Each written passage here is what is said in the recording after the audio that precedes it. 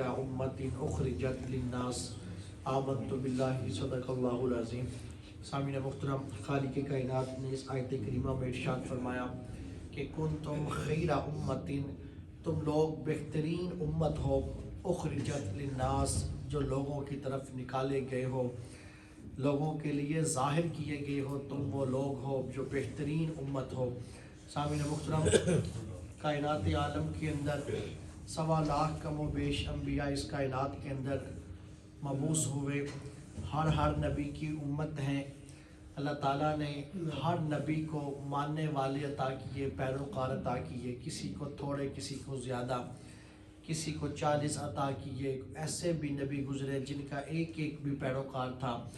تو یہ جو بھی نبی، جس نے نبی کو مانا وہ اس کی امت کہلوائی، اور جتنے نبی گزرے اتنی امتیں گزری، اور یہ پھر قوم بنی اسرائیل آ جاتی ہے۔ قوم بنی اسرائیل کو خالق کائنات نے ساری امتوں کی سردار امت بنایا، لیکن وقت گزرتا گیا، قوم بنی اسرائیل کو جو یہ عہدہ دیا گیا، اسے ساری امتوں کی سرداری دی گئی، وہ اپنی اس عہدے کو سنبھال نہ سکے، اور وقت کے گزرنے کے ساتھ ساتھ وہ اس عہدے کے اندر خیانت کرتے رہے۔ کہیں انبیاء کرام کو انہوں نے جو ہے وہ زخمی کیا، کہیں انبیاء کو انہوں نے ایسا بھی واقعہ ہوا کہ انبیاء کو قتل بھی کر دیا انہوں نے۔ حضرت زکریا علیہ السلام ان کے ظلم کا نشانہ بنے کہ حضرت زکریا علیہ السلام کو یہ لوگ مارنے کے لیے نکلے، تو حضرت زکریا علیہ السلام آگے آگے بھاگ رہے تھے، قوم پیچھے پیچھے بھاگ رہی تھی۔ حضرت زکریا علیہ السلام کے سامنے درخت آیا، آپ نے اس درخت سے کہا کہ مجھے اپنے اندر پناہ دے دے، تو وہ درخت کھل جاتا ہے۔ حضرت زکریا اس درخت کے اندر چلیں گے، ان لوگوں نے اس درخت کے اوپر ہی رکھ کے آڑا چلا دیا، تو جس کے ساتھ حضرت زکریا علیہ السلام جو ہے اس کائنات سے ظاہری پردہ فرما جاتے ہیں۔ تو ایسے ایسے ان لوگوں نے کام کیے، اور اگر دین کی بات کریں تو یہ لوگ دین کے پیروکار بننے کی بجائے، دین کے مطابق چلنے کی بجائے، اپنے آپ کو دین کے پیچھے چلانے کی بجائے، انہوں نے کوشش کی کہ ہم دین کو اپنے پیچھے چلانے کی کوشش کریں، ہم دین کی پیروی نہ کریں بلکہ دین ہماری پیروی کرے۔ خالق کائنات جس چیز سے منع فرماتا تھا یہ وہی کرتے تھے، جس چیز کے کرنے کا حکم دیتا تھا اس کا الٹ کیا کرتے تھے۔ اللہ نے اگر منع فرمایا کہ ہفتے والے دن جو ہے تم نے مچھلیاں شکار نہیں کرنی، تو وہ اس کا الٹ مذاق بنا کے وہ جو ہے وہ ہفتے والے دن شکار تو نہ کرتے، لیکن اس دن جا کے وہ جال لگا دیتے اور مچھلیاں آ جاتی، اور یہ خیال کیا کرتے تھے کہ ہم نے کون سا ہفتے والے دن پکڑی تو ہم نے اگلے دن ہی ہے۔ تو اس طرح کے جو ہے وہ کام کیا کرتے تھے، جس کی وجہ سے ان سے پھر یہ خیر الامم کا جو سرداری کا تاج تھا وہ چھین لیا گیا، اور پھر یہ تاج اللہ نے حضور نبی کریم صلی اللہ علیہ وسلم کی وساطت سے اللہ نے یہ تاج حضور کی امت کو عطا کر دیا۔ سامعین محترم، آج جتنے انبیاء، جتنی امتیں گزری ہیں، سب امتوں کی سردار امت اگر کوئی ہے تو وہ امت محمدیہ ہے۔ سامعین محترم، اس کی ایک وجہ یہ ہے، اور سب سے بنیادی وجہ یہ ہے، اللہ نے اس امت کو جو سرداری کا تاج عطا کیا ہے، اس کی بے بنیادی وجہ یہ ہے، اللہ تعالیٰ نے یہ تاج اس امت کو سرداری کا نصیب کیا تو وہ کملی والے کی قدموں کے صدقے میں نصیب کیا۔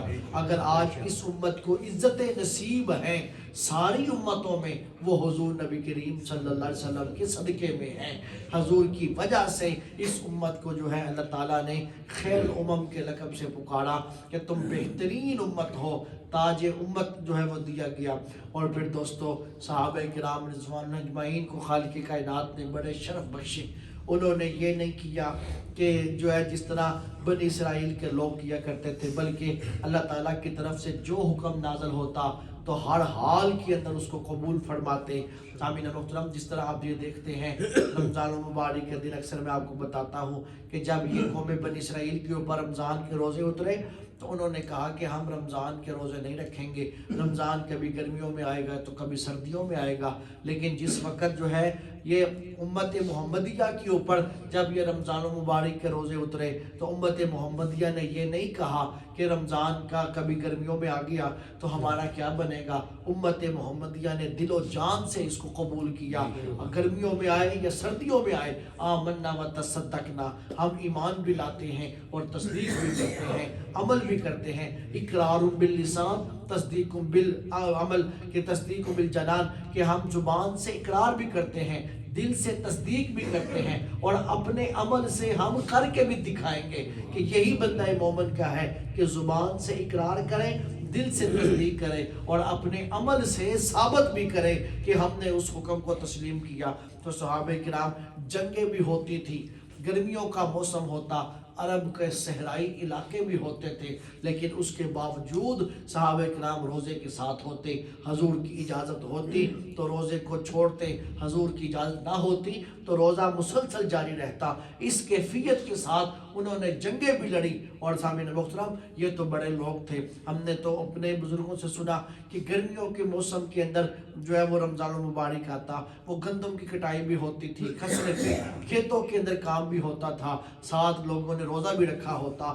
کسی قسم کا کوئی شکوہ بھی نہیں زبان پہ، گلہ بھی نہیں ہوتا. اور یہی امت محمدیہ کا کمال تھا کہ انہوں نے اللہ کے، یہ تو میں نے ایک مثال دی، اس کی طرح اور بہت ساری مثالیں ہیں جو دی جا سکتی ہیں کہ جو ہے وہ جیسے جیسے خالق کائنات نے فرمایا ویسے ویسے امت محمدیہ نے اللہ کے احکامات کو قبول کیا، زبان سے اقرار کیا، دل سے تصدیق کی اور اپنے عمل سے کر کے دکھایا.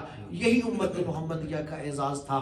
اسی طرح سامعین محترم، ایک اس کی وجہ یہ بھی ہے کہ امت محمدیہ کو یہ سرداری کیوں دی گئی. اس آیت کریمہ میں بھی خالق کائنات نے فرمایا کہ یہ سرداری تمہیں اس لیے دی گئی، تم لوگوں کو نیکی کا حکم دیتے ہو اور تم لوگوں کو برائی سے روکتے ہو. یہ امت محمدیہ کا اعزاز ہے کہ لوگوں کو نیکی کا حکم دیں گے اور برائی سے روکیں گے. سامعین محترم، یہ بھی کوئی چھوٹا کام نہیں ہے، یہ بھی بہت بڑا کام ہے کہ کسی کو نیکی کی دعوت دینا اور برائی سے روکنا.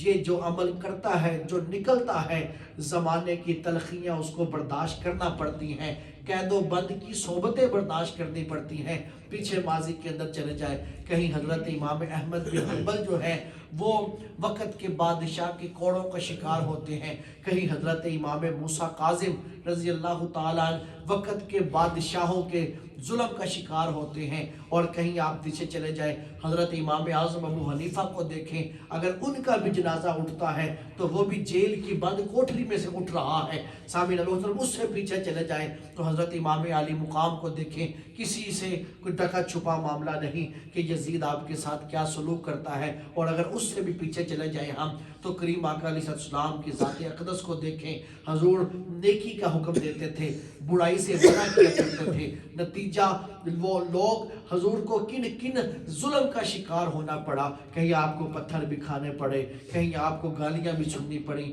راستے کے اندر کانٹے بھی بچھائے گئے. سامعین محترم، آپ کو آپ کی شہر سے بھی نکالا گیا کہ جو یہ کوئی چھوٹا کام نہیں ہے کسی انسان کو انسان بنانا.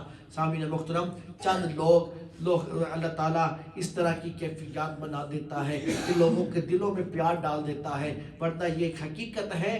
تلخیاں برداشت کرنی پڑتی ہیں، زمانے کی تلخیوں کو جھیلنا پڑتا ہے، زمانے کے ظلم و ستم کو دیکھنا پڑتا ہے. اس لیے یہ کوئی چھوٹا کام نہیں ہے. خالق کائنات نے اسی لیے کہا کہ یہ اتنا بڑا کام ہے، اس کے اوپر جو تمہیں انعام دیتے ہیں وہ یہ ہے کہ تم لوگ ساری امتوں سے بہترین امت ہو، کہ تم لوگ یہ عمل کرتے ہو کہ نیکی کا حکم دیتے ہو اور برائی سے روکتے ہو. صحابہ کرام نے یہی عمل کیا، اللہ نے عزتیں بخشی.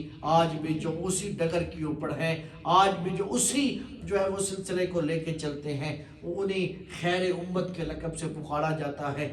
دوستو قرآن یہ یہاں پر حضرت سیدنا ابی ہریرہ رضی اللہ تعالیٰ عنہ سے یہ آیت کریمہ مروی ہے، یہ حدیث پاک مروی ہے. آپ فرماتے ہیں کہ جو امتیں لوگوں کے لیے ظاہر کی گئیں ان سب میں بہترین امت محمدیہ ہیں. اس کی وجہ کیا ہے کہ وہ یہ بہترین لوگ وہ ہیں کہ جن کی گردنوں میں تم زنجیریں ڈال کے لاتے ہو، یعنی کہ جو ہے وہ قیدی بن کے آتے ہیں جنگوں سے، جنگ میں گرفتار ہو کے آتے ہیں، لیکن جب تمہارے پاس آتے ہیں تم انہیں خیر کی بات بتاتے ہو، وہ بات تمہاری زبان سے نکلتی ہے، ان کے دل پہ اثر کرتی ہے۔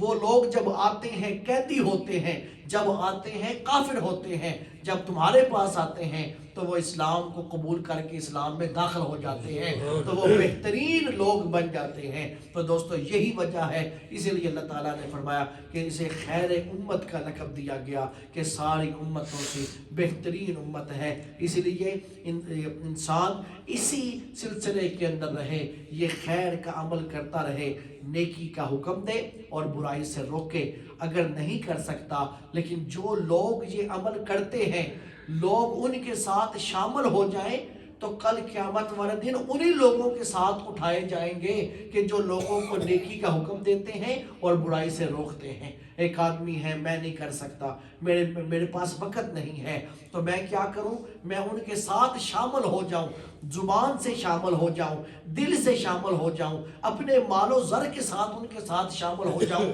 جو لوگ یہ کام کرتے ہیں، جو نیکی کی طرف دعوت دیتے ہیں اور برائی سے روکتے ہیں، جو ان کے ساتھ شامل بھی ہو جائے گا، زبان سے ان کے لیے اچھا کلمہ بولے گا، دل سے ان کے اچھے عمل کی تصدیق کرے گا، ان کو وقت دے گا، یا ان کے ساتھ جو ہے وہ مالی معاملت کرے گا، تو شمار انہی لوگوں کے اندر ہوگا کہ جو لوگوں کے لیے خیر خواہی چاہتے ہیں، جو ان کے لیے نیکی کا حکم دیتے ہیں اور برائی سے روکتے ہیں۔ اسی لیے آپ یہ دیکھیں گے کتنا بڑا عمل ہے، اللہ کو عمل کتنا پسند ہے کہ حضرت وہ بادشاہ کا جو بات ملتی ہے، جو میں نے آپ کو سنائی بھی ہے غالباً، کہ حضرت سلطان محمود غزنوی رحمۃ اللہ تعالیٰ علیہ کا واقعہ ملتا ہے کہ حضرت سلطان محمود غزنوی رحمۃ اللہ تعالیٰ علیہ آپ بادشاہ، وقت کے بادشاہ تھے، اپنے محل کی چھت کے اوپر جو ہے وہ ٹہل رہے تھے۔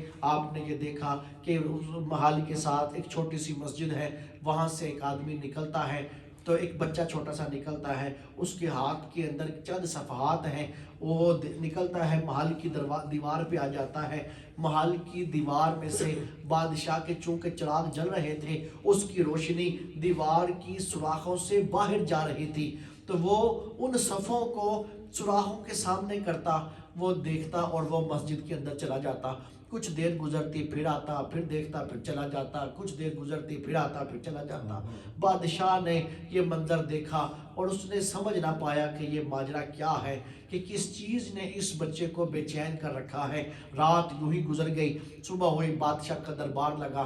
بادشاہ نے کہا کہ مسجد سے اس بچے کو بلا کر لاؤ جو رات بے چینی میں تھا۔ اس بچے کو بلایا گیا، بادشاہ نے پوچھا بیٹے کیا بات ہے، کس شے نے تجھے جو ہے وہ سونے نہیں دیا، کس چیز نے تجھے بے چین رکھا؟